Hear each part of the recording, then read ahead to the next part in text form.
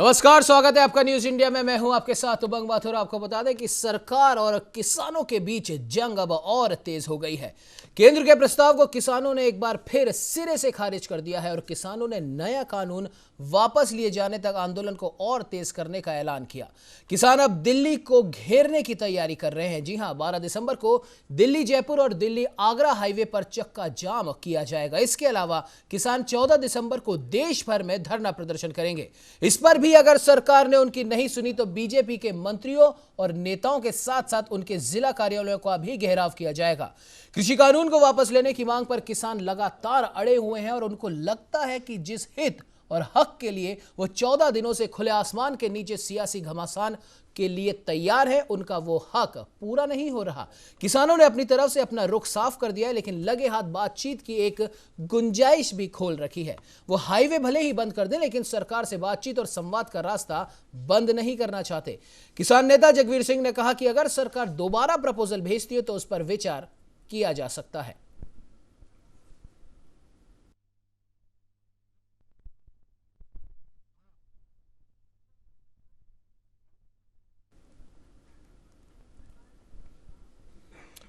तो वहीं आपको बता दें कि किसानों और सरकार के बीच गतिरोध लगातार जारी है और किसानों की प्रतिक्रियाएं भी यहां पर सामने आ रही हैं। आइए आपको भी सुनाते हैं क्या कुछ कहा किसान नेताओं ने। जिसे चाहते हैं, जो माहौल बना हुआ है, हम शांति चाहते हैं, पीसफुली सारा कुछ चाहते हैं। हमारे देखो कितनी कितनी एज के जो फार्मर हैं, 90 साल से लेके पता नहीं कितनी एज है उनकी, वो ठंड में ये बैठे हैं। कुछ तो शर्म होनी चाहिए सर। जो आपके सलाहकार हैं ना, वो सही नहीं है। प्लीज आप अपना मंत्री यहाँ पे बैठिए, हमारे बीच सुनिए हमारी बात, तब हमारी बात जाएगी आपके पास। जो आपके सलाहकार हैं वो सही आवाज आपके पास नहीं पहुंचा रहे हैं। आप देख लो, हम पीसफुली चल रहे हैं, नहीं तो आगे जो मामला होगा वो आपकी तरफ से होगा। हम आपसे बेनती करते हैं, छोटे छोटे बच्चे हैं और हमारी फसल भी पीछे खराब हो रही है। अमित शाह जी के 8 तारीख रात को मीटिंग हुई थी, 8 तारीख को। उसमें हमें लगता था कि अमित जी ये बातें मान लेंगे, पर उन्होंने भी वही विचार रखे जो तोमर जी रख रहे थे। उसके बाद हमारी किसान जथेबंदियों की ये मांग थी कि सरकार प्रपोजल भेजे, जो हमारे जैस पर 9 का उनको को सवाल था। अब जवाब सरकार ने देना है, जथेबंदियों या किसानों ने नहीं देने हैं। उसी लिए कल हमें प्रपोजल आया। वो प्रपोजल में भी वही बात है जो पहले बात थी। सरकार उसी अड़ियल रुख पे है भाई, हम ये कानून रद्द नहीं करेंगे, इसमें संशोधन करा लो।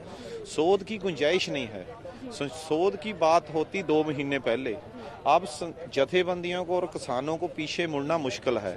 वो प्रपोजल हमें पहले दिन से मंजूर नहीं थी। हमने कह दिया था कि तीनों बिल निरस्त होने चाहिए और एक नया कानून जो MSP गारंटेड हो, मैक्सिमम रेट गारंटेड हो, वो आना चाहिए। सरकार ने उस पर काम तो नहीं किया, वो थोड़ा उसमें संशोधन की बात करके वो टाल मटोला कर रही है। इसलिए हम कह रहे हैं कि 12 तारीख को जो बंद का आह्वान किया गया है, टोटल खुले रहेंगे, टोलों पे टोल नहीं लगेगा। वो ऐसी व्यवस्था है कि पंजाब में, हरियाणा में तो टोल पहले से फ्री है, बाकी स्टेटों में भी इसका प्रावधान होगा। कारपोरेट जगत जो यहाँ स्थापित होना चाहता है उसको आर्थिक पक्ष से कमजोर करने के लिए ये सभी व्यवस्था जो है की जा रही है, क्योंकि कारपोरेट जगत एक हमारे पे हैवी हो रहा है। तो मैं आपको बता दें कि किसानों ने यहां पर अपना रुख स्पष्ट कर दिया है कि 12 तारीख को वो सभी जगह प्रदर्शन करेंगे और साथ ही साथ दिल्ली को उन्होंने कह दिया है कि अब मुख्य धारा से हम काट देंगे। और आपको बता दें कि उनकी तरफ से कहा गया है कि प्रस्ताव में कुछ नया नहीं है और ये अपमानजनक है। हालांकि बातचीत की गुंजाइश अभी भी बाकी है।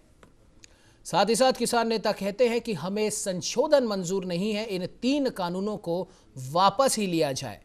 जब तक कानून वापस नहीं होता हम आराम नहीं करेंगे।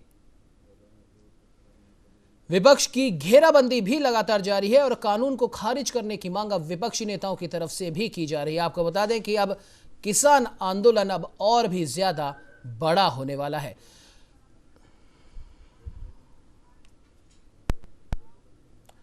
तो वहीं इस पर चर्चा करने के लिए हमारे साथ हमारे सहयोगी सुनील सुशीला शर्मा स्टूडियो से हमारे साथ जुड़े हुए हैं। सुनील जी, जिस प्रकार से किसान आंदोलन लगातार जारी है और अब किसान और ज्यादा सख्त हो रहे हैं और अपनी तैयारियों को भी और ज्यादा बढ़ा रहे हैं और अब उन्होंने दिल्ली जयपुर और दिल्ली आगरा हाईवे भी जाम कर देने की घोषणा कर दी है। यानी कि हम कह सकते हैं कि एक तरीके से दिल्ली को अन्य शहरों से काटना उन्होंने शुरू कर दिया है।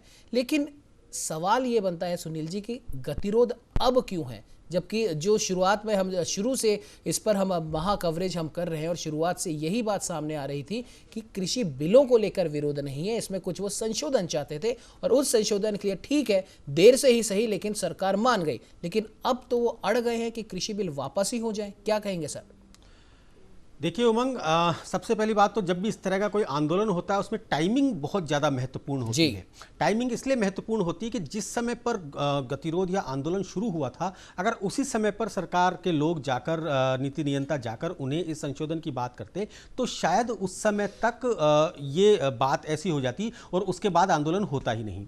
दूसरी बात यह है कि जैसा कि आपने अभी सुना कि जो संशोधन इन्होंने पहले मना कर दिए थे वही संशोधन लेकर सरकार बार बार उनके पास जा रही है, वही प्रस्ताव सरकार बार बार उनके पास लेकर जा रही है जिसके लिए वो पहले मना कर चुके हैं। तो वो तो वही बात हो गई कि आप बार बार कभी उसे चाहे लिखित में कहें, चाहे सामने वर्बल बैठ के कहें, चाहे कैसे भी करें।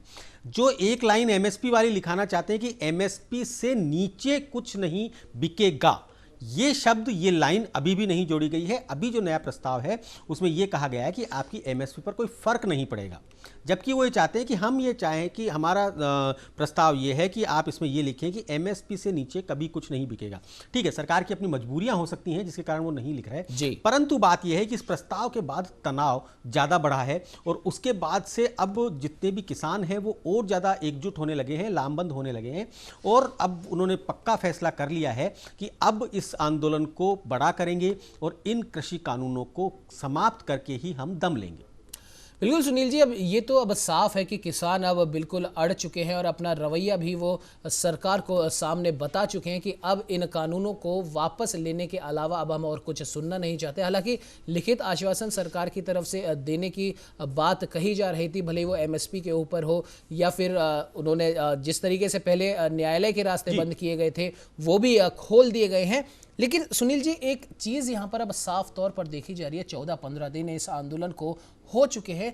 अब ऐसा लग रहा है कि कुछ लोग या फिर कुछ किसान संगठन इससे अब अपने को धीरे धीरे दूर कर रहे हैं। क्या लगता है आपको? जी नहीं, स्थितियां इसके उलट है। आपको जो दिख रहा है वो बात नहीं है। असल में बाकी किसान संगठन भी अब अपने किसान भाइयों को दिल्ली में खड़ा देखकर वो लोग भी अब इनके साथ जुड़ रहे हैं।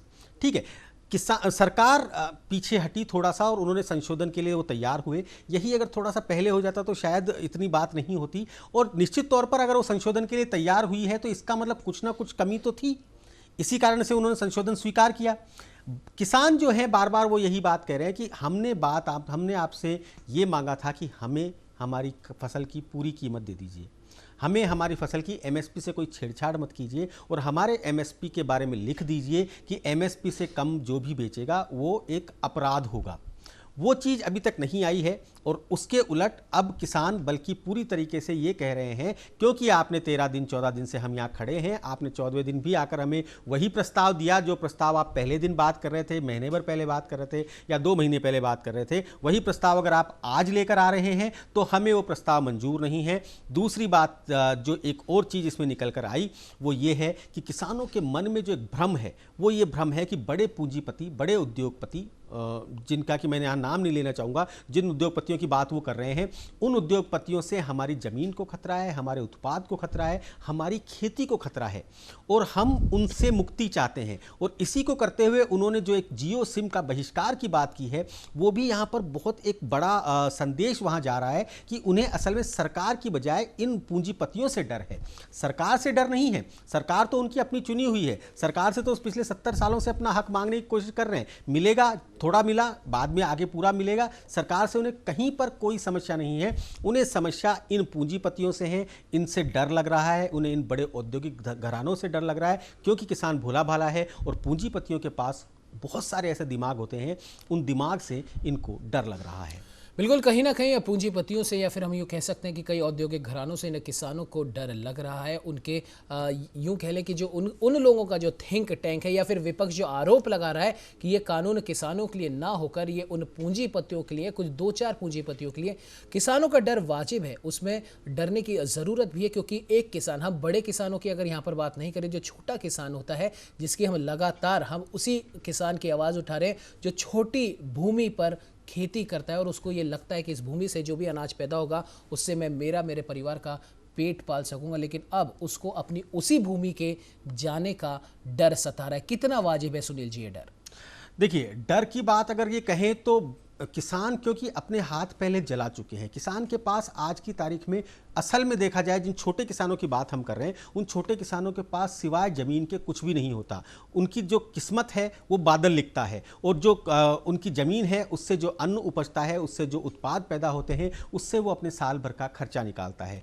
अब अगर उसके मन में ये भ्रम कहीं से आ गया है कि जो कॉन्ट्रैक्ट फार्मिंग है या जो नए विधेयक हैं, उन विधेयकों से उनकी ज़मीन को पूंजीपति हड़प लेंगे या उनकी ज़मीन पर कब्जा पूंजीपतियों का होगा, तो सीधी सी बात है, सरकार को सबसे पहले वो भ्रम दूर करना चाहिए। कॉन्ट्रैक्ट फार्मिंग कोई नई चीज़ नहीं है उमंग जी, कॉन्ट्रैक्ट फार्मिंग बहुत पुरानी चल रही है। सरकार उसे एक विधेयक के रूप में लेकर आई है, वो एक अलग बात है। कॉन्ट्रैक्ट फार्मिंग पुरानी चीज़ है, परंतु ये भ्रम इस समय पर निकालना बेहद ज़रूरी है किसान के दिमाग से कि अगर कॉन्ट्रैक्ट फार्मिंग है तो उसमें हम ये चीज़ लिख देते हैं, इस तरीके से लिख देते हैं जिससे कि आप की ज़मीन जो है पूरी तरह से आपके पास रहेगी, आपकी ज़मीन को कोई खतरा नहीं है, आपकी इससे आय बढ़ेगी। जो किसान इतने सालों में अपनी आय को नहीं बढ़ा पाया, जो किसान इतने सालों में अपनी आजीविका तक नहीं चला पाता है, उसे सबसे पहले बात तो आय दुगनी होने की बात ही सपना लगती है।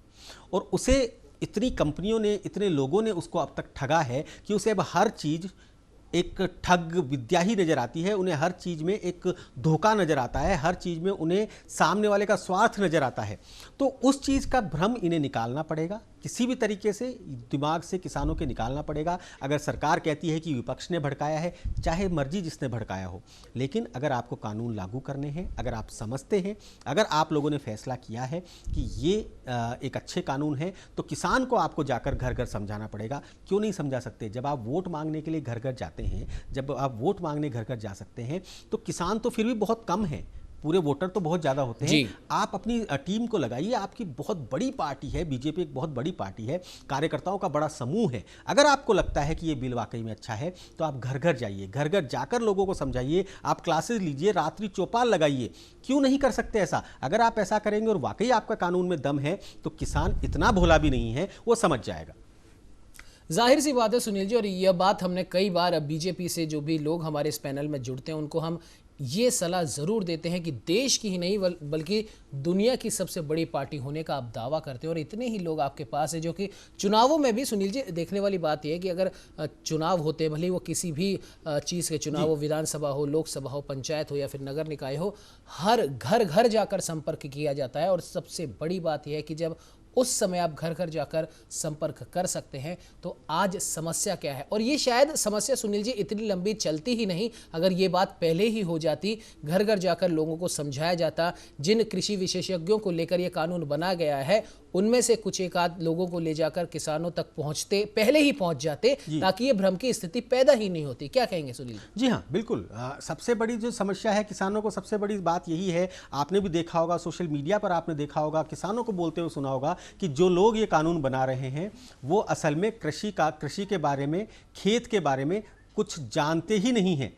वो लोग वो हैं जो एसी कमरों में बैठ के इस कानून को बनाते हैं। किसान की सोच है। तो ये सोच जब उसकी दूर होगी, तब उसकी सोच ये दूर होगी जब आप किसानों के बीच में उतरेंगे। और हो सकता है, बिल्कुल सही बात है, उन कृषि विशेषज्ञों को भी शायद जब वो धरातल पर पहुंचेंगे, जब किसान के खेत में जाकर उससे बात करेंगे, जब उसके कंधे पर आश्वासन का हाथ रखकर बात करेंगे, तो हो सकता है उन्हें भी अपने इस कानून में कुछ कमियां नजर आएं और उसके बाद वो भी इसमें संशोधन के लिए तैयार हों। देखिए, ये एग्रीकल्चर है, एग्रीकल्चर जो कि संसार का सबसे बढ़िया कल्चर है, परंतु ये एग्रीकल्चर तभी चलेगा जब दोनों पक्ष एग्री करेंगे, सरकार भी और किसान भी। जब ये दोनों पक्ष एग्री करेंगे तभी ये एग्रीकल्चर है और तभी हमारा देश कृषि प्रधान देश कहलाएगा।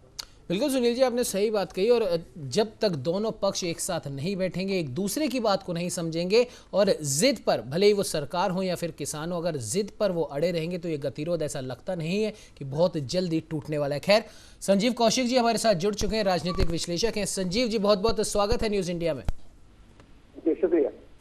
प्रोफेसर अजवर शमसी, प्रवक्ता बीजेपी, हमारे साथ जुड़ चुके हैं। प्रोफेसर साहब, बहुत बहुत स्वागत है न्यूज इंडिया में। आवाज सुन पा रहे हैं सर आप मेरी? लगता है किसी तकनीकी खामी की वजह से उन तक हमारी आवाज नहीं पहुंच रही। अरुण त्यागी जी हैं, नेता कांग्रेस के, वो हमारे साथ जुड़ चुके हैं। अरुण जी, बहुत बहुत स्वागत है न्यूज इंडिया में। तो वहीं किशन गुप्ता जी हमारे साथ जुड़ चुके हैं, कृषि विशेषज्ञ हैं। किशन जी, आपका भी बहुत बहुत स्वागत है न्यूज इंडिया में। धन्यवाद। किशन जी, सबसे पहले मैं आपके पास आना चाहूंगा, एक कृषि विशेषज्ञ हैं और आप, सबसे बड़ी बात यह है कि अभी हम कृषि विशेषज्ञों की ही बात कर रहे थे। कहीं ना कहीं क्या आपको नहीं लगता कि किसानों को समझाने में कहीं कोई चूक हो गई, जो आज किसान सड़कों पर है और इतने लंबे समय से सड़कों पर है, और आगे कितने और टाइम तक किसान सड़क पर रह सकते हैं, ये भी किसान ने एक तरीके से साफ कर दिया है कि हमें कोई जल्दी नहीं है, लेकिन हमारी जो मांग है वो जब तक पूरी नहीं होगी हम यहाँ से हटेंगे नहीं और आने वाले दिनों में इस आंदोलन को और बड़ा किया जाएगा। तो कहीं ना कहीं किशन जी, आपसे हम ये जानना चाहेंगे हमारे चैनल के माध्यम से कि ऐसी वो कौन सी बातें हैं जिन पर किसान, या तो सरकार की हवाले से अगर कहा जाए तो उसे कंफ्यूज किया जा रहा है, उसे बरगलाया जा रहा है। किशन जी। बिल्कुल सही। एक तो किसानों को सही तरीके से बिल के बारे में बताया नहीं गया, प्लस ये दोनों पहलू हैं। दूसरा पहलू ये है कि जो विरोधी पार्टियां हैं उनको मिसलीड भी कर रहे हैं। ऐसा कुछ कानून में कुछ भी नहीं है जिसमें किसानों के अहित में हो। जो भी बातें हैं, अब नेगोशिएशन में कल अमित शाह जी ने भी बात की है, तो जो पॉइंट चेंज करना चाहते हैं बीजेपी तैयार है उसको चेंज करने के लिए, सरकार तैयार है चेंज करने के लिए, लेकिन वो तो जिद पे अड़े हुए हैं कि नहीं, हमको उसको हटाना ही है। तो ये बात तो गलत है। जबकि देखा जाए तो ये बिल में ऐसी बात नहीं है। पहले भी किसान को राइट था, कहीं भी किसी भी स्टेट में अपना उत्पाद को बेचने का अधिकार था जी, ऐसा, और बाहर भी माल बेच सकता था। अब उसको थोड़ा लीगली फ्रेम करने के लिए सरकार ने ये कानून लाई है, जिससे कि किसानों का हित ही होगा। और रही होर्डिंग बनने के बाद, अगर लोग होर्डिंग करेंगे तो उससे किसानों के प्राइस भी तो बनेगी, किसानों को ही फायदा होगा उससे जी। तो किसानों के किसी भी तरह से अहित में नहीं है। जो भी लोग इसको आंदोलन कर रहे हैं, मेरे हिसाब से या तो बहुत बड़े दूसरे व्यापारी लोग किसानों के कंधे पर बंदूक चला रहे हैं, या अपोजिशन पार्टियां हैं, देसी ताकतें हैं जो बात को। लेकिन किशन जी, माफ कीजिएगा, बीच में आपको इंटरप्ट कर रहा हूँ। एक सवाल यहाँ पर ये बनता है, जिस प्रकार से भले ही विपक्ष हो या फिर किसान हो, सभी एक प्रकार से केंद्र सरकार के ऊपर ये आरोप लगा रहे हैं कि ये कानून किसानों के लिए नहीं बल्कि कुछ सेलेक्टेड औद्योगिक घरानों के लिए। क्या वाकई में ऐसा है? बिल्कुल नहीं है, बिल्कुल नहीं है जी। वो तो सपोज औद्योगिक घराने भी आते हैं तो किसानों के हित में ही आएंगे ना। वो जो किसानों की फसल खराब हो रही थी, इकट्ठा नहीं कर पा रहे थे, बेचना पड़ रहा था, तो वो अगर होर्डिंग करते भी हैं, इकट्ठा भी करते हैं, तो किसानों की प्राइस बढ़ेंगी इसकी। तो इसलिए उनको तो किसी तरह से नुकसान होने की बात नहीं है। कॉन्ट्रैक्ट फार्मिंग करते हैं तो कोई जबरदस्ती थोड़ी किसान से की जाएगी, तुम भाई हमसे कॉन्ट्रैक्ट फार्मिंग करो, तुम्हारे को अगर सही मूल्यांकन मिलता है जब ही आप कॉन्ट्रैक्ट फार्मिंग करेंगे तो नहीं करेंगे। अब सरकार तो यहाँ तक कि जब एसडीएम को पावर इसलिए दी गई थी कि जो आपस में जो डिस्प्यूट है वो जल्दी विद इन 30 डेज में सॉर्ट आउट हो जाए जी। तो अब गवर्नमेंट ये भी तैयार है कि ये डिस्प्यूट को आगे, अगर ये 30 दिन में डिस्प्यूट सोल्व नहीं होता है तो आगे जुडिशियल पावर भी दी जा सकती है। तो किसानों के तो हित में ही है, सरकार कभी भी किसानों के हित में नहीं है। मेरे हिसाब से लोग ज्यादा इसको भड़काया जा रहा है। और अभी देखो राजस्थान में इलेक्शन देखो, पंचायतियों में कितना 75% बीजेपी जीत के आई है, वहां तो सारे किसान हैं। तो इसलिए किसानों को तो कहीं पर भी मेरे को नहीं लग रहा कि कुछ लोग हैं जिनको जो सीएए में भी अपोज कर रहे थे, उनका यहाँ मौका मिले, कोई भी उनको मौका मिलेगा वो तो बीजेपी का अपोज करने के लिए, दूसरों कंधे पर बंदूक चलाने के लिए तैयार रहते हैं। इसलिए मेरा ओपिनियन ये है, बिल बहुत अच्छा है, सरकार झुकने को भी तैयार है, और अमेंडमेंट चाहते हैं वो भी करने को तैयार है। अब वो तो ये चाहते हैं कि यस और नो, ये कोई मतलब थोड़ी हुआ कि आप उसको बिल्कुल खत्म कर दो। सरकार ने इतनी सोच समझ के इसको बिल लाई है। 2012 में भी कांग्रेस इसको बिल को लाने का प्रावधान रख रही थी उस समय, उसमें और उसमें कोई ज्यादा फर्क थोड़ी है। तो ये तो केवल अपोजिशन के लिए है।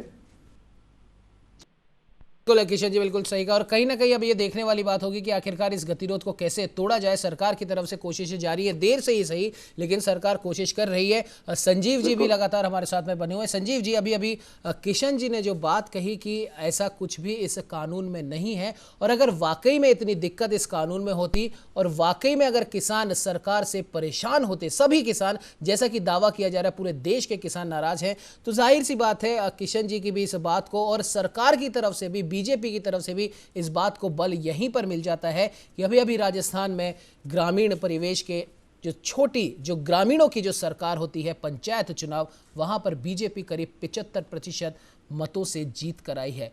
क्या संजीव जी अभी भी लगता है कि वाकई में जो केंद्र सरकार कह रही है या फिर बीजेपी जो कह रही है कि सिर्फ कुछ किसानों को तकलीफ है, संपूर्ण देश के किसान को इससे तकलीफ नहीं है, यानी कि साफ तौर से कह सकते हैं कि राजनीतिक षड्यंत्र की तरह से एक तरह से केंद्र सरकार इस आंदोलन को बता रही है? क्या कहेंगे संजीव जी?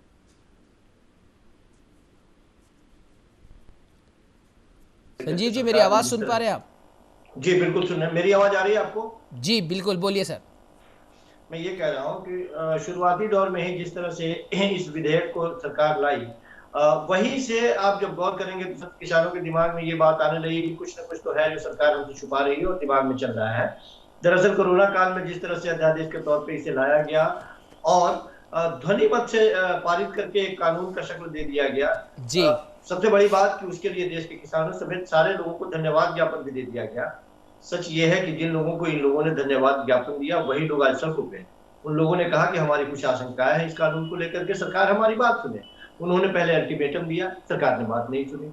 वो उन्होंने कहा कि हम दिल्ली कुछ करेंगे, सरकार ने कहा दिल्ली नहीं आने देंगे, हरियाणा में नहीं घुसने देंगे, हरियाणा में घुस गए तो दिल्ली में नहीं घुसेंगे।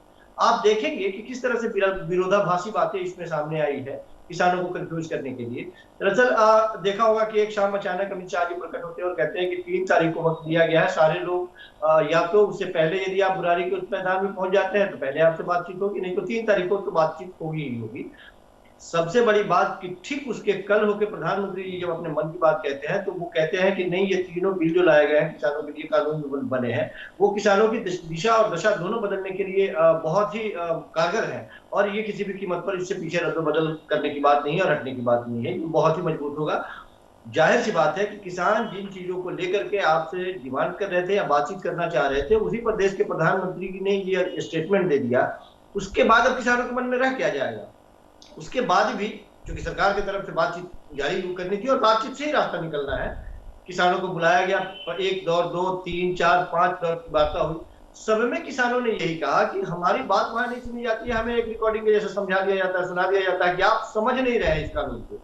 जबकि किसानों के जहन में ये बात है कि कुछ मूल चीजें जिसमें है, जिसमें एमएसपी की बात हो रही है, सीएम को दिए गए अधिकार की बात हो रही है, बिजली को निजीकरण के क्षेत्र में लाने की बात हो रही है, या पराली जलाने को लेकर के एक बहुत लंबी चौड़ी जो बातें की गई है दंड के रूप में, उसके बारे में, ये तमाम तरह की बातें जो। संजीव जी माफ कीजिएगा, बीच में इंटरप्ट कर रहा हूं। पराली की आपने यहाँ पर बात कही, किसानों के द्वारा और विपक्ष के द्वारा ये आरोप लगाया जा रहा है कि इस कृषि कानून में एक ऐसा पॉइंट जोड़ा गया है कि पराली जलाते हुए अगर कोई पकड़ा गया तो जुर्माने के स्वरूप 1 करोड़ रुपए तक के जुर्माने की बात कही है। कितनी सच्चाई है इस बातों में? नहीं, देखिए सरकार ने अब जाके, चूंकि पहले तो इन सब चीजों से वो इनकार करते रहे, उनके तमाम प्रवक्ता टीवी पे बैठ करके ये कहने का प्रयास करते रहे कि ये लोग जो बैठे हुए हैं या तो ये बिचौलिए हैं या तो बिचौलिए है, और नहीं तो ये कुछ लोग, चूंकि कुछ उस समय एक ऐसा भी दौर आया कि खालिस्तानी से संबंधित कुछ नारे लगे या खालिस्तान से संबंधित ये चर्चा में ये आई कि ये खालिस्तानी है, ये किसान है ही नहीं। जब इन्हें लगने लगा कि नहीं ये किसान ही है और अपने जिद पे अड़े हैं और बातचीत करनी जरूरी है, यहाँ मैं आपको पूछना चाहता हूँ, एक बात पूछना चाहूंगा संजीव जी, किसानों के बीच में इतना भ्रम कैसे पैदा हो गया कि उन्हें ये कानून अपने लिए लग ही नहीं रहा, उन्हें ये कानून उद्योगपतियों के लिए लग रहा है, उन्हें ये कानून पूंजीपतियों के लिए लग रहा है, और इतना भ्रम कि कल उन्होंने घोषणा कर दी कि हम एक पर्टिकुलर कंपनी की सिम को स्वीकार ही नहीं करेंगे और हम उसका बहिष्कार करेंगे। क्या ऐसा कानून में, इसमें क्या नजर आ रहा है ऐसा? देखिए, किसानों के मन में यदि इस तरह की बातें आई हैं तो सरकार का रवैया जिस तरह से निजीकरण के तरफ झुकाव रहा है, और लगातार हम और आप देख रहे हैं कि सरकार जिस तरह से हर एक सेक्टर को निजीकरण की तरफ धीरे धीरे ले जाती हुई दिख रही है। और इसमें जो कानून में लाया गया उसमें चाहे वो कॉन्ट्रैक्ट फार्मिंग की बात हो, उसमें ये दिखाया गया, जैसे एसडीएम के बारे में जो बातचीत हो रही है, अब वो अधिकार देने की बात नहीं थी, अब आप हमें ये बताइए कि जो किसी भी स्टेट गवर्नमेंट के थ्रू यदि कोई बाहर से इस तरह से पूंजीपति या व्यवसायी आएगा और उसके साथ किसी तरह का कोई विवाद हो जाता है, फिर आप एसडीएम के पास जाते हैं और ये कहने में कोई गुरेज नहीं है कि प्रशासनिक सेवा की बात यदि की जाए तो उसमें सबसे ज्यादा करप्ट पोस्ट होता है एसडीएम का, और एसडीएम कभी भी उस किसान के पक्ष में जा ही नहीं सकता, वो सरकार की तरफ झुकता हुआ दिखेगा, उसकी मजबूरी रहेगी। लेकिन अब तो संशोधन के हिसाब से अब तो न्यायालय के दरवाजे खुले हैं, अब तो जा सकते हैं, सरकार एग्री है इस चीज के। ऐसा इसलिए हुआ कि अब तमाम तरह के संशोधन की बात जो हो रही है, किसानों के जहन में ये बात है कि 2-3 दिन पहले तक आदरणीय प्रधानमंत्री जी कहते चले आए कि निर्मल गंगा जल के जैसे निर्मल ये कानून है, कहीं से इसमें कोई छल की बात नहीं है, और उसी में जब संशोधन की बात है तो किसानों के जहन में ये बात आ रही है कि नहीं, ये भी मान रहे थे कि इसमें कुछ संशोधन की जरूरत है, कुछ गलतियां हमसे हुई है, हमसे राय विचार नहीं दी गई है, और आज मजबूरी में ये संशोधन की बात कर रहे हैं। बहुत सारी बातें ऐसी भी हो सकती हैं जो हमें समझ में नहीं आ रही है जी। इस वजह से वो ये कह रहे हैं कि यदि आप हमारे लिए और हमारे हित में ही यदि कोई कानून बनाना चाहते हैं, इसे आप निरस्त करें, जब हमारे मन के हिसाब से बनाएंगे तो हम बैठते हैं उसमें, हम भी बैठेंगे, ड्राफ्ट तैयार कीजिए और कैसे हमारे लिए बेहतर हो सकता है, हमसे ज्यादा कौन जानता है। बिल्कुल बिल्कुल संजय जी, बिल्कुल सही कहा। कहीं ना कहीं किसानों के प्रतिनिधियों को जो कि जमीनी स्तर पर खुद या तो खेत में काम कर रहे हैं या जमीनी स्तर पर एक कंधे से कंधा मिलाकर किसानों के साथ में चलते हैं, उनके साथ में उठते बैठते हैं, उन प्रतिनिधियों को अगर सरकार वार्ता में शामिल करती है, जो कि अब शायद करने लगी है, अगर पहले ही ऐसा हो जाता तो शायद ये गतिरोध इतना लंबा चलता नहीं और हो सकता है कि होता भी नहीं। खैर, इस पर बात करेंगे। पहले स्वागत कर लेते हैं अरुण त्यागी जी, हमारे साथ में जुड़ चुके हैं, नेता हैं कांग्रेस के। अरुण जी, बहुत बहुत स्वागत है न्यूज इंडिया में। और साथ ही साथ हमारे साथ में प्रोफेसर अजफर शमसी, प्रवक्ता है बीजेपी के, वो भी जुड़ चुके हैं। प्रोफेसर साहब, बहुत बहुत स्वागत है न्यूज इंडिया में। जी नमस्कार। तुलसाराम जी भी हमारे साथ जुड़ चुके हैं, किसान नेता है, आपका भी बहुत बहुत स्वागत है तुलसाराम जी न्यूज इंडिया में। जी सर, नमस्कार। नमस्कार। आप सभी से बात करेंगे इस चर्चा में। कई सवाल हैं यहाँ पर प्रोफेसर अजफर साहब से मैं पूछूंगा, लेकिन पहले तुलसाराम जी हमारे साथ जुड़ चुके हैं, किसान नेता है। तुलसाराम जी, एक सबसे बड़ी बात यहाँ पर यह है कि केंद्र सरकार की ओर से कोशिश की गई है, हालांकि देर से ही सही, लेकिन कोशिश की गई है किसानों की बातों को सुनने की। अलग अलग समय पर खुद गृह मंत्री अमित शाह ने भी किसान प्रतिनिधियों से मुलाकात की, सरकार का पक्ष उन्होंने रखा, और जो चीज़ें, जो बुनियादी चीज़ें जो उसमें कानून में चेंज करने के लिए कही जा रही थी या फिर लिखित आश्वासन की बात कही जा रही थी, वो सरकार ने दे दिया। क्या अब भी गतिरोध होना चाहिए तुलसाराम जी? जी उमंग जी, सबसे पहले तो इसके पीछे अपना कुछ समझ पाएंगे कानून के बैकग्राउंड को, तो सबसे पहले देखेंगे कि किसान लंबे समय से जो वर्तमान व्यवस्था थी वो किसानों को कोई भला नहीं कर पा रही थी, और किसान हर बार इसके लिए सरकार की कृषि नीतियों को जिम्मेदार ठहरा करके उसमें सुधार की मांग लगातार कर रहे थे। तो ऐसे में जो नए रिफॉर्म की तो आवश्यकता थी, लेकिन इसमें जो नया रिफॉर्म लाया गया इसमें कुछ कमियां थी, जिसको लेकर के भारतीय किसान संघ पहले दिन से उसमें संशोधन की मांग को लेकर के लगातार सरकार को ज्ञापन भेज रहा है। ग्राम इकाइयों से प्रस्ताव भी हमने 20,000 से अधिक देश भर से भेजे थे, और उसमें जो शंकाएं किसानों को थी, जिसके कारण कुछ किसानों को नुकसान हो सकता था, उसमें संशोधन की बात हमने कही थी। अब चूंकि सरकार उस संशोधनों के लिए तैयार है, तो निश्चित रूप से ये किसानों की जीत है, और ऐसे में किसानों को उस संशोधनों के साथ में इस कानून को स्वीकार करना चाहिए। और जो एक हठधर्मिता दिखाते हुए केवल कानून को वापस लेकर के ही हमारी जीत होगी या किसानों का भला होगा, ऐसा संभव नहीं है।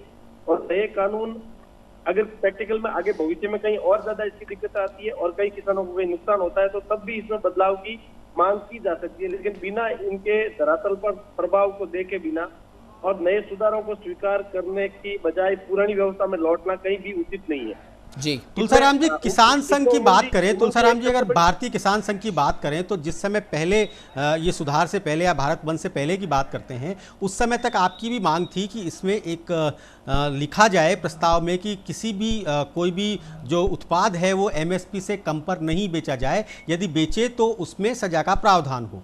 ये चीज़ तो अभी भी नहीं लिखी गई, फिर आप अचानक से कैसे इस प्रस्ताव के समर्थन में आ गए? आप कैसे कहते हैं कि किसानों की बात पूरी हो गई? हम इसके प्रस्ताव के समर्थन में नहीं है। हमारे संशोधन की जो मांगे थी उसमें ये एमएसपी जो व्यवस्था है उसकी एमएसपी दिनाला सुनिश्चित करने को अगर सरकार लिखित में देती है तो उसको हम स्वीकार करने की बात कह रहे हैं। अगर वो नहीं मिलती है तो किसी प्रकार से इसमें एग्री होने की कोई बात नहीं है।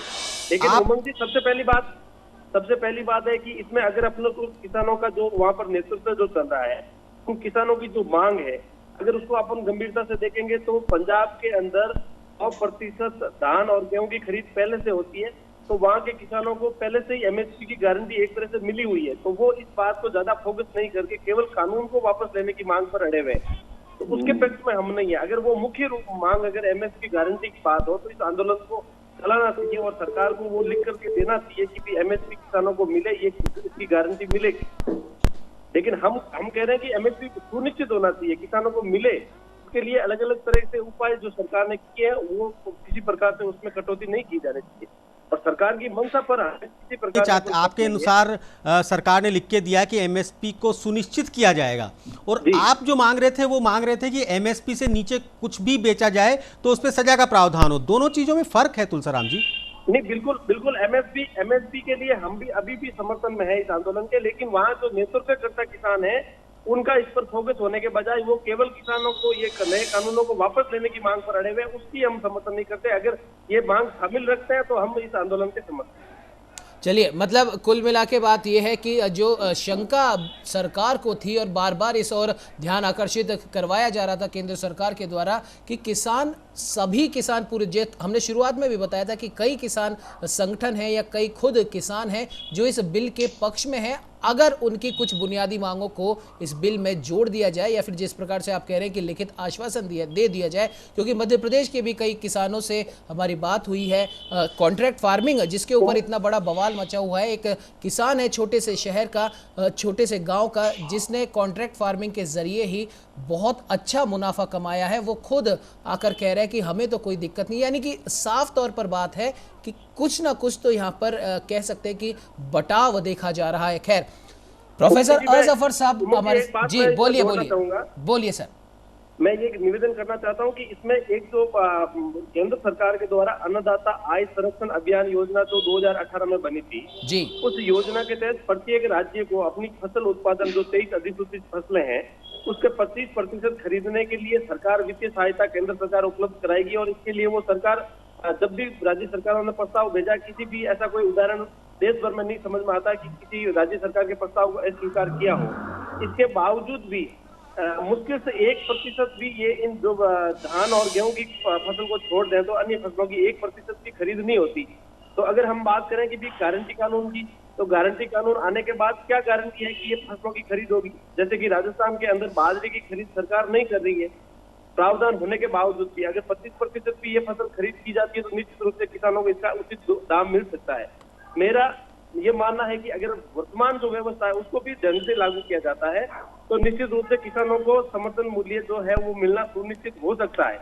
लेकिन अगर तब तक वो नहीं होता तो इसलिए हम चाहते हैं कि ये अपराध की श्रेणी में ला करके समर्थन मूल्य से नीचे बिक्री अगर बंद की जाए तो कम से कम किसानों को फायदा हो सकता है। जी चलिए, सरकार के प्रतिनिधि भी हमारे साथ में बैठे हैं। प्रोफेसर शमसी साहब लगातार आपकी बात भी सुन रहे थे, इतनी देर से सभी पैनलिस्ट की बात सुन रहे थे। प्रोफेसर साहब, जिस प्रकार से अभी आपने तुलसीराम जी को सुना, किसान नेता हैं, किसान संगठन से ताल्लुक रखते हैं, उन्होंने कहा कि इन कानूनों को अगर सही तरीके से लागू किया जाए और किसानों को ढंग से समझाया जाए, अच्छे से समझाया जाए, अपना ही परिवार का अंश मानकर समझाया जाए तो शायद हो सकता है गतिरोध टूटे। और अगर लिखित आश्वासन जिस चीज़ के लिए कह रहे हैं, एमएसपी के लिए कह रहे हैं, कॉन्ट्रैक्ट फार्मिंग के लिए कह रहे हैं, और अभी किसानों की आय को लेकर, किसानों की फसलों का सही दाम को लेकर इन्होंने जो बात कही, उस बारे में अगर इनको आश्वासन मिल जाए, लिखित आश्वासन, तो ये गतिरोध टूट सकता है। क्या कहेंगे प्रोफेसर साहब? देखिए, सबसे पहले इसमें दो बातें हैं जी। किसान, हिंदुस्तान जो है वो कृषि प्रधान देश है जी, और 75% लोग गांव में रहते हैं, ये अन्नदाता है जी। और यह सरकार, नरेंद्र मोदी जी की सरकार, देश के यशस्वी प्रधानमंत्री की सरकार किसानों के प्रति बहुत ही संवेदनशील है। यानी समाज के जो अंतिम सीढ़ी पर बैठे हुए हैं उनकी भी चिंता करते हैं। लेकिन इसमें दो बातें देखनी है। जो किसान संगठन की बात हो रही है तो किसान संगठन में मल्टीपल संगठन होते हैं जी। इसको कहना कि पूरे हिंदुस्तान के किसान इसके खिलाफ है, मैं इसको कतई नहीं मानता। इसलिए कि मल्टीपल संगठन होते हैं और उसमें इसको कुछ संगठनों को टूल्स के रूप में, जो विपक्षी पार्टियां हैं, जो विरोधी पार्टियां हैं, उन किसानों के नाम पर इनको टूल्स के रूप में इसका इस्तेमाल कर रही है। हकीकत ये है कि सरकार ने जो ये बनाया है कानून, किसान कानून, वो किसानों की आय दोगुनी होगी इससे। और अगर आप देखेंगे भी तो 6 साल में धान की एमएसपी में ही बढ़ोतरी हुई है। अगर 2015 और 16 का आंकड़ा देखें तो 1410 रुपए प्रति क्विंटल था, जो 2021 में 1868 रुपए प्रति क्विंटल हो गया। ठीक है, तो इसको टूल्स के रूप में इस्तेमाल जो है ये विपक्षी पार्टियां कर रही हैं, और खास करके कांग्रेस तो पूरे देश से खत्म हो रही है और कम्युनिस्ट दुनिया से खत्म हो रही है।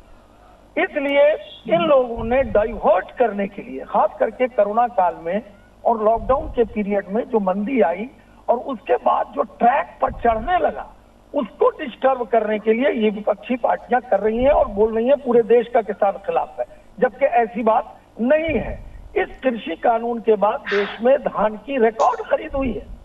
मैं रिकॉर्ड खरीद इसलिए बोल रहा हूं कि अब तक 6.111.34 करोड़ रुपए मूल्य के धान की हुई है सरकारी खरीद, और लगभग 35.03 लाख किसान हुए हैं लाभान्वित। तो सवाल ये पैदा होता है कि देश में चाहे कोल्ड स्टोरेज हो या फूड प्रोसेसिंग हो, उससे इस उद्योग को बढ़ेगा, ये उद्योग बढ़ेगा और निवेश किसान अपनी क्षमता के अनुरूप उत्पादकों का कर सकेंगे भंडार। अजफर जी रोकना चाहूंगा बीच में आपको एक बार। अजफर जी एक बार बीच में रोकना चाहूंगा। आपने कहा कि ये सिर्फ कुछ किसान संगठनों का विरोध है, ये सिर्फ कुछ किसान संगठनों का आंदोलन है, तो क्या आपने सिर्फ कुछ किसान संगठनों के लिए इसमें संशोधन के लिए तैयार हो गए? देखिए, जब बार्गेनिंग होती है, अगर किसान संगठन के लोग हैं या ट्रेड यूनियन के लोग हैं तो मैं बता दूंगा, ट्रेड यूनियन है, trade union is a continuous association of ways earners for the purpose of maintaining and improving there working life. यानी अगर किसान संगठन है तो किसानों की हालात को सुधारने के लिए और जो उनके हालात हैं उससे वो नीचे ना है, इस पे बार्गेनिंग होती है। और बार्गेनिंग का मतलब ये नहीं होता है कि आपने अगर 10 पॉइंट्स रखे तो 10 को मान लिया जाए।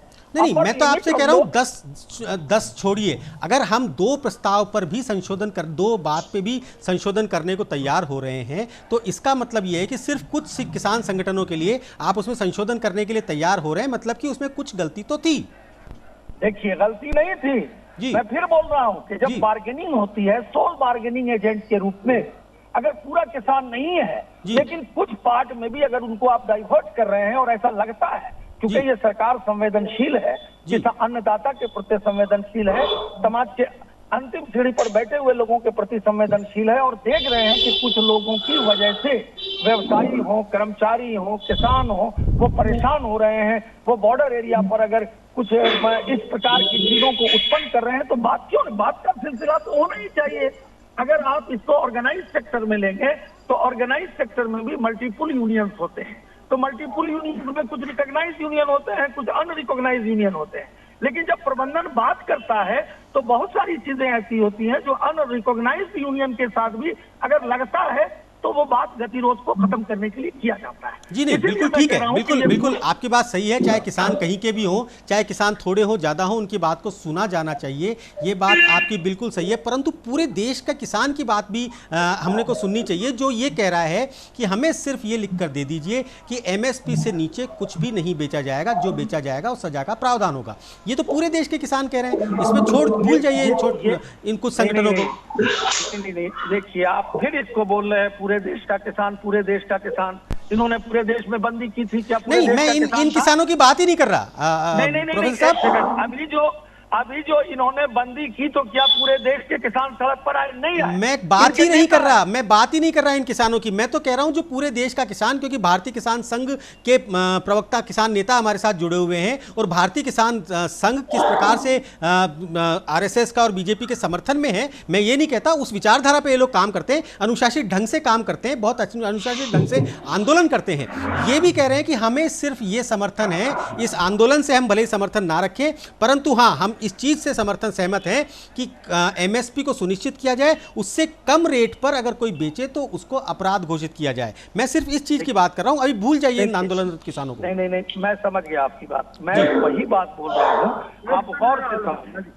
जब मैंने कहा कि मल्टीपल संगठन होते हैं जी, और सभी संगठनों, आज अगर आपकी 5-6 बातों पर संशोधन के लिए सरकार तैयार हुई या आपकी बातों को सुन रही है, तो इसको तो अप्रिशिएट करना चाहिए।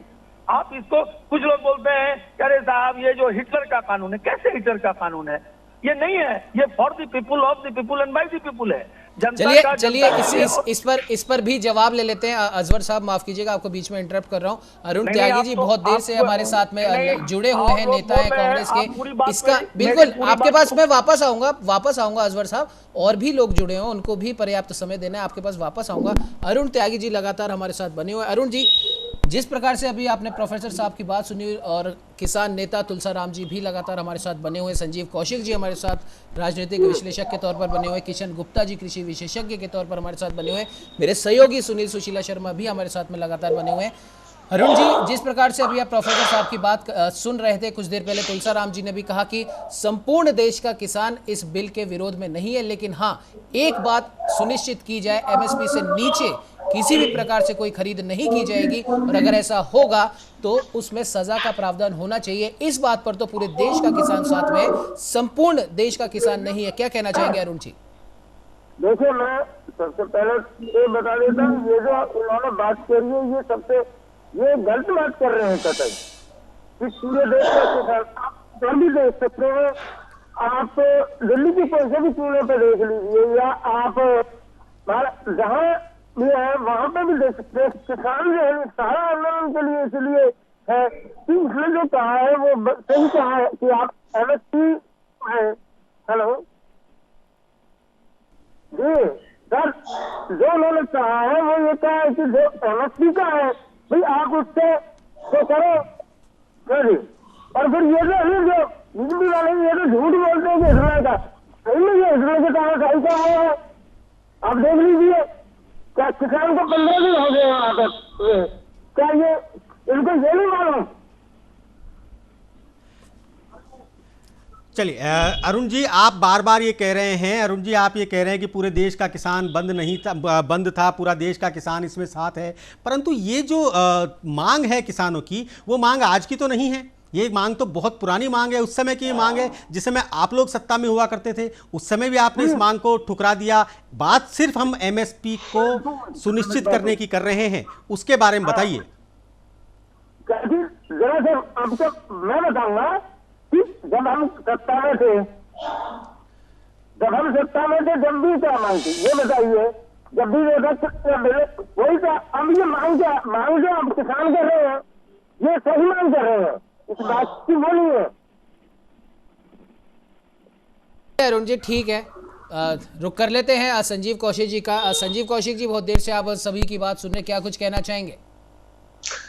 नहीं, देखिए हमारा मानना यह है कि सरकार को संजीदगी के साथ किसानों के साथ बैठ के बातचीत तो करनी ही होगी, और बातचीत चल रही है।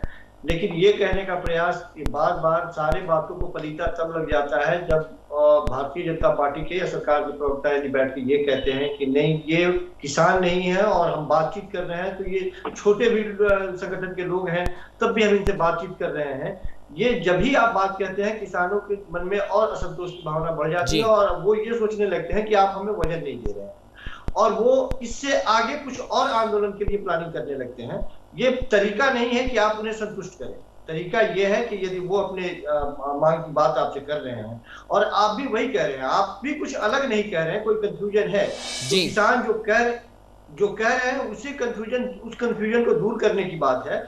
और यदि वो कह रहे हैं कि हमारे लिए आप कानून बना रहे हैं, आप कह रहे हैं कि आपकी इसमें भलाई है और इतने सारे संशोधन करने के लिए आप तैयार हैं, जिसे आप पहले गंगा के जैसे पवित्र मानते थे, एक कदम पीछे हटने की बात नहीं कर रहे थे, या शायद अभी भी आगे नहीं हटने की बात करेंगे, तो हम ये कह रहे हैं कि अब किसानों के सामने अब आमने सामने सरकार हो गई है कि नहीं, या तो आप ये कानून निरस्त करें, नहीं तो हम इसी तरह से रात जो अभी चल रही है ये लंबे चलने के आसार हैं।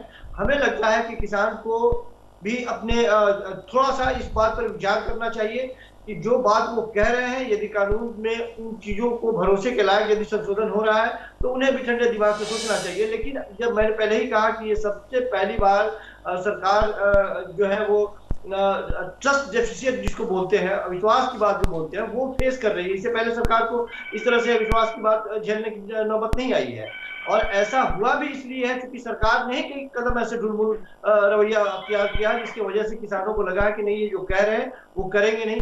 वो यहाँ तक कह रहे हैं कि ये होना ये चाहिए कि देश के प्रधानमंत्री यदि कोई स्टेटमेंट दे रहे हैं, कोई बात कह रहे हैं, तो वो कानून के जैसे ही होना चाहिए, लोगों को उस पर भरोसा होना चाहिए।